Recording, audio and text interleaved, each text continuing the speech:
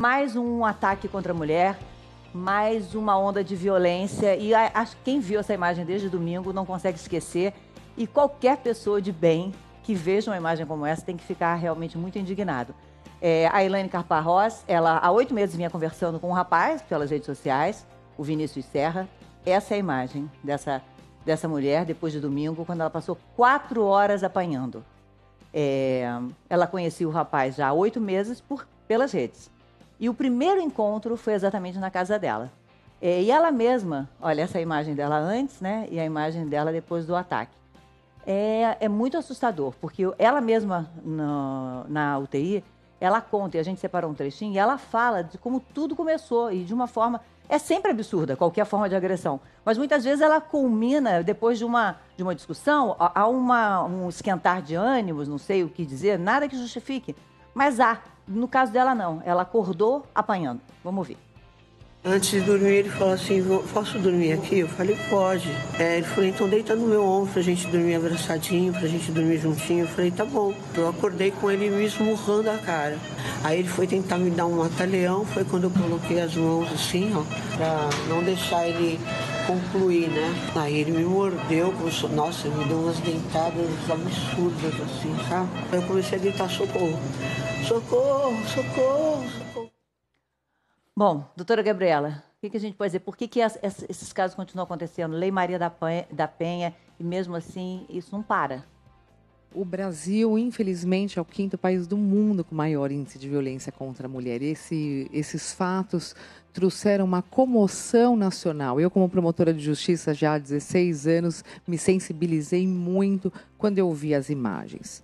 Agora, nós temos também que ter uma noção e uma necessidade de não culpar a vítima, Fátima. Eu vi os comentários nas redes sociais e isso me deixou muito chocada, porque quando nós culpamos uma vítima pela agressão sofrida, brutal, cruel dessa forma, com requintes de crueldade, e de forma precipitada, e de forma já querendo cometer esse crime, nós calamos outras mulheres. Claro. Que podem denunciar, que sofrem violência. E nós temos aí um sistema de justiça que não é o ideal, mas que está preparado para receber essas mulheres e vem apresentando uma melhora muito grande no combate e na prevenção da violência contra a mulher. Então, para esses fatos, nós queremos justiça, nós queremos punição e nós temos certeza que essa vítima vai ter uma resposta da justiça à altura e proporcional à gravidade dos fatos cometidos. Mas não...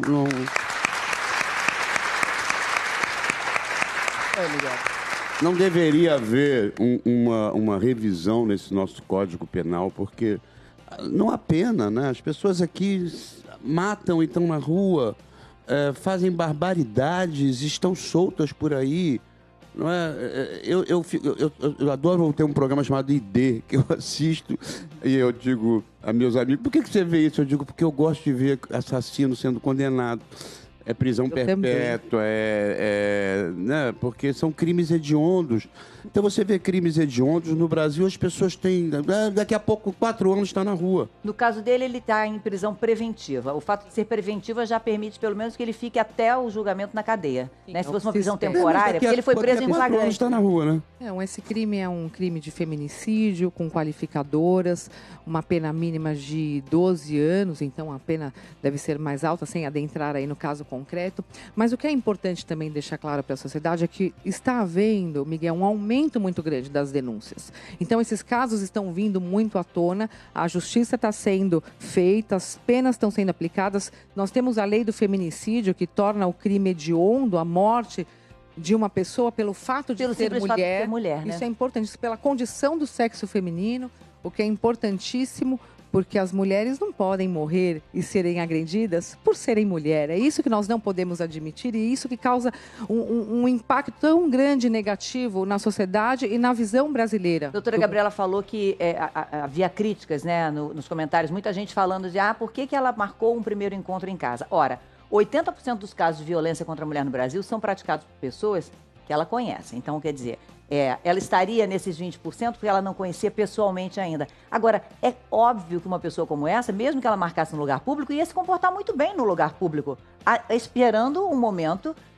em que ele pudesse estar sozinho com ela, né? E ano passado em São Paulo, já que a senhora falou em aumento, são 148 casos de feminicídio. 148 casos em São Paulo. No Rio foram 70. Isso de que a gente tem notícia, né?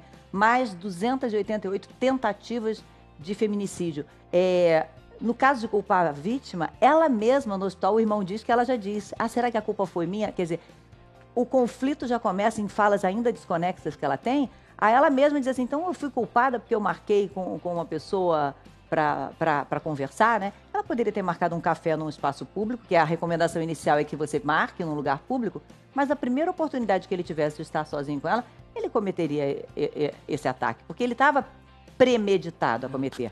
Fátima, acho que a justiça, né, é a ponta de um processo que começa em casa desde muito cedo, né? Enquanto nossas famílias criarem meninos para serem machões, brigões, escondendo sentimentos e inseguranças, casos como esses vão acontecer toda hora. Essa é a verdade. Por isso que nós temos um projeto não para esses casos de feminicídio que são mais graves, e aí eu entendo que só uma punição muito efetiva é que dá conta do recado. Mas nós temos, nos casos de violência doméstica, os projetos de ressocialização do agressor, que é exatamente isso, você desconstruir essa masculinidade, você tentar mudar esse padrão comportamental do homem de agredir a mulher, de tratar a mulher com inferioridade, numa situação de poder e de subordinação. Isso tem que acabar. Nós não podemos mais admitir isso e temos que trazer para a justiça e denunciar todos esses casos. Olha como a gente tem que acreditar que isso vai fazer diferença, né? O fato da gente falar mais sobre isso. A Maria 20 anos, então já é de uma geração que já cresceu ouvindo falar muito sobre isso, né? E ela mesma conseguiu escapar de uma situação muito, poderia ter se tornado muito complicada. Sim, eu conheci um rapaz pela internet, comecei a conversar com ele e no início foi um papo super legal, foi super saudável. E depois de 2 dias ele se mostrou uma pessoa completamente tóxica. Ele começou a falar que eu ia ser namorada dele e eu comecei a perceber que aquela pessoa estava sendo muito invasiva. E eu resolvi me afastar. E eu bloqueei ele do meu Instagram, que foi quando a gente começou a conversar. E ele achou meu número pelo WhatsApp, ele me achou no Facebook, ele começou a me perseguir. Isso com dias de relacionamento. Você imagina se você estabelece um relacionamento real com essa pessoa, né? E aí eu falei, não, você tá louco. Comecei a tentar dispersar ele de qualquer forma, até que eu falei que eu tava devendo um curso. Comecei a inventar várias desculpas pra ele não encontrar com ele. E ele falou que ia pagar meu curso, ele descobriu onde eu estudava, que era um curso de teatro no Tablado, ele foi lá. Descobri que ele foi lá e eu fiquei, gente, como assim? Sabe, as pessoas são... Hoje em dia, acho que as pessoas são muito tóxicas. E o meu relacionamento com ele foi psicológico. Não foi um abuso físico como o dela, mas foi psicológico, que é bastante nocivo também.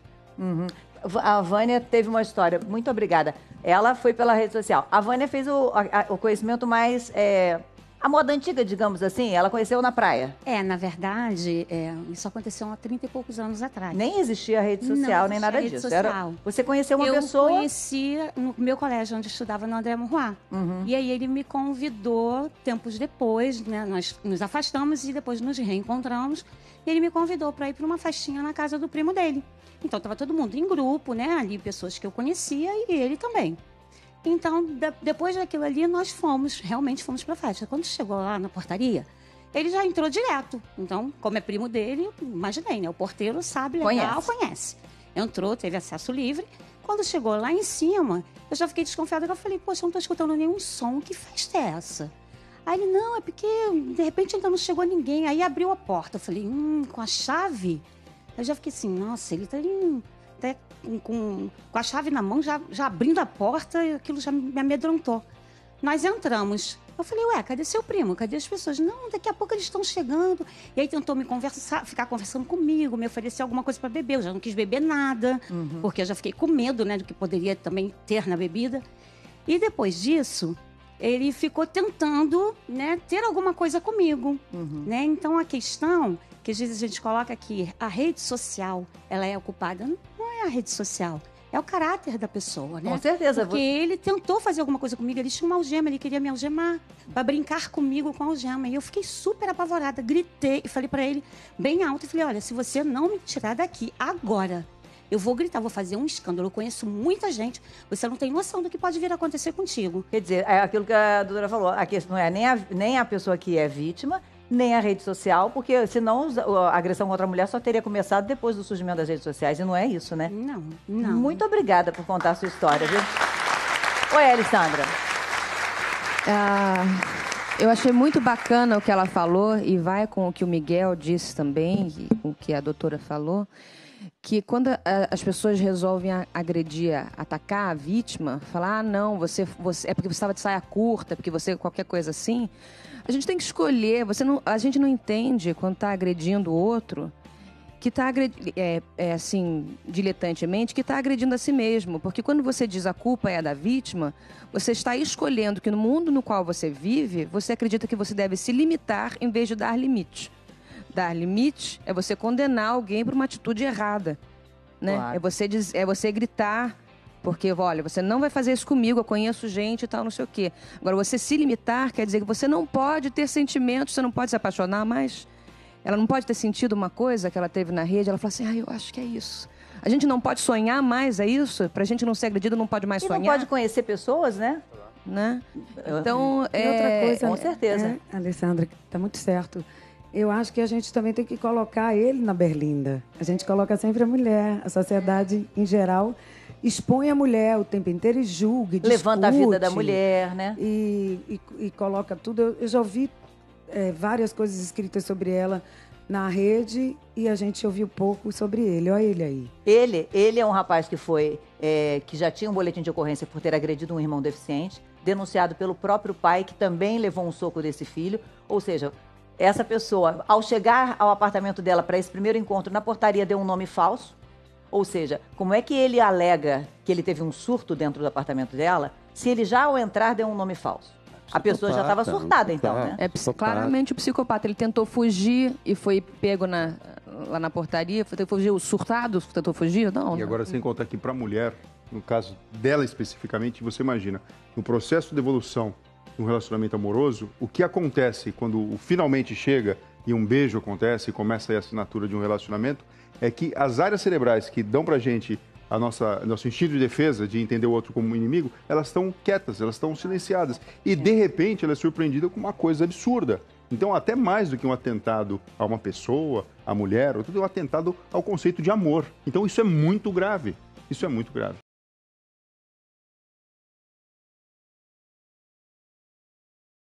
Sobre isso nas redes sociais e também me perguntaram a respeito da psicopatia. Sim. O que acontece? Então agora ele vai falar que teve um surto para se livrar do processo penal, para livrar a barra dele. Não será livrada a barra dele.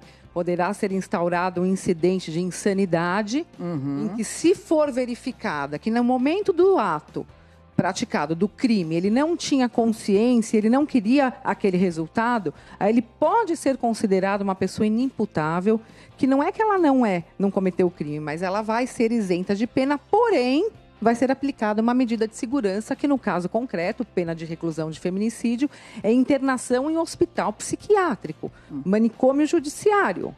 E ele vai ser avaliado de ano em ano para saber se, cessada a periculosidade dele, ele pode ir para a rua. E isso pode ser tão grave quanto uma pena num presídio. Então, não vai ficar impune um fato como esse. É bom esclarecer para a sociedade. Mas ele vai tentar, porque mais grave do que o manicômio onde ele pode ser preso é a lei da cadeia. Ele sabe disso muito bem, né?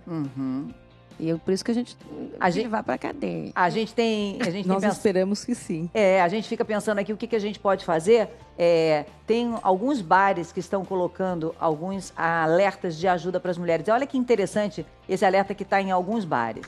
Isso é colocado no banheiro feminino, tá, gente? É assim, ei moça, você está num encontro que não está indo muito bem? Você está num encontro e a pessoa não é quem ela dizia ser? Você não está se sentindo segura? Estamos aqui para ajudar. Apenas vá até o bar e peça o drink La Penha. A bartender irá chamar alguém do bar para te acompanhar até o seu carro, Uber, táxi ou até chamar a polícia se necessário.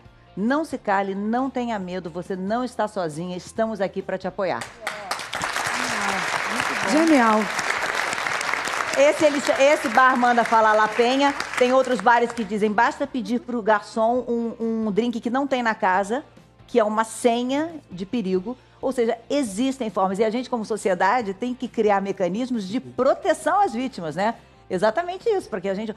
Porque o que a gente pode fazer, né? O que dá pra gente fazer? Primeiro, estimular as denúncias, né? Porque as punições virão a partir dessas denúncias, né? E educar os filhos bem, como foi dito aqui. Pelo né? André, Eu com tenho certeza. 5 filhos, o mais velho é um homem e é uma doçura. E meu objetivo desde menina, que eu sempre fui pós-feminista, nasci pós-feminista, era de educar os meus filhos igualmente, né? Com igualdade dos meninos e as meninas e fazer com que ele compreendesse que a gente vivia numa sociedade machista e que ele era privilegiado e que precisava compensar isso, precisava refletir sobre isso. E não podia abusar desse poder que era dado a ele e que era um poder mentiroso, porque as pessoas não merecem esses privilégios, não precisam desses privilégios. A gente precisa de igualdade, de equidade. E no caso das mulheres, as mulheres estão precisando de mais cuidado, né? Como acontece também com a comunidade LGBT, que também fica na mesma situação que as mulheres, né? Com muitos crimes. Com certeza. Então a gente faz o O quê Brasil com o também filho, é né? campeão, né? Nos crimes. São contra- recordes que a gente não queria ter, né? Mas é recorde de ataque à mulher, é recorde de ataque à comunidade LGBT, e aí, né, de casos de jovens negros morrendo. A Oi, gente André. precisa educar, né? Educar. Pois é. Não, Fátima, o Bruno veio assistir ao encontro, né? A gente conversou com ele pouco antes de começar o programa. Ele também disse, apesar de não se considerar machista, acaba às vezes também tendo algumas posições, colocações sem perceber, até. É verdade, bom dia para todos. Assim, eu já me deparei no trabalho, às vezes, de ter superior imediato mulher e de fazer certos comentários. Ah, ela tá de TPM, tá precisando de homem, não é competente o suficiente. Claro que isso eu mudei e venho cada dia me desconstruindo. Mas acontece é por conta da nossa cultura machista mesmo. E isso foi de exemplo, é um processo. Todo mundo tem que passar pela desconstrução mesmo. Como é que a gente insere, Miguel, o homem? Ele falou, né, a convivência, a desconstrução que ele está fazendo com ele mesmo. Como é que a gente insere o homem nessa discussão, né, para diminuição dessa violência contra a mulher? Eu acho que é assim, eu acho que toda a sociedade tem que falar, a arte tem que discutir esse tipo de coisa, a música tem que falar desse tipo de coisa. Nós temos que nos posicionar e nós temos que ensinar às futuras gerações, aos nossos filhos, às crianças que estão sob nosso, né, que estão nos ouvindo e aprendendo, a ensinar, porque senão não há como mudar. É a educação que muda o país, a educação como um todo. Aqui, no caso, uma coisa específica, mas não se iluda, é a educação como um todo que te torna um ser humano melhor, te torna um ser humano mais viável, né? Uma pessoa pronta para viver dentro de um grupo social. Senão é um bicho, não é um animal como esse sujeito. Agora, um animal como esse sujeito tem que estar preso. Não pode estar na rua. Esse é que é o problema. Não pode estar na rua, porque há casos de pessoas que foram assassinadas, por exemplo, aquele homem que matou 2 crianças em São Paulo, ele foi liberado, ele estava numa coisa judiciária, num manicômio judiciário, e o homem achou que ele estava bem e liberou ele para ele passar, e ele matou 2 meninos. Entendeu? Aqui o Brasil é muito frouxo. O código aqui é qualquer um. A pessoa, como é possível? Pessoas que matam com crueldade, que são crimes hediondos, e dali a 5 anos estão na rua. Eu não consigo entender isso, eu não consigo entender, não entra na minha cabeça. Uma coisa que eu sempre falo também, nós mulheres temos o direito de não conviver com pessoas como essa na sociedade. O direito é nosso, não é o direito dele de ter cumprido a pena e ir para a rua. O direito é nosso de não conviver com pessoas que colocam a nossa vida, a nossa liberdade sexual, a nossa liberdade de expressão, a nossa dignidade em risco. É um direito das mulheres e esse direito está sendo violado no Brasil. Deixando aqui o meu pronunciamento como promotora de justiça. Nós, mulheres, estamos sendo violadas os nossos direitos no Brasil. Todos os dias são crimes gravíssimos chegando nas promotorias, nas delegacias, nas capas de jornais. Ontem, o jornal divulgava, era meu aniversário, mas eu não ganhei um presente. A capa divulgava, a cada 36 horas uma mulher é morta no Brasil. Nós não podemos permitir isso, nós precisamos de um pacote anti-crimes de violência contra a mulher. É isso que nós precisamos.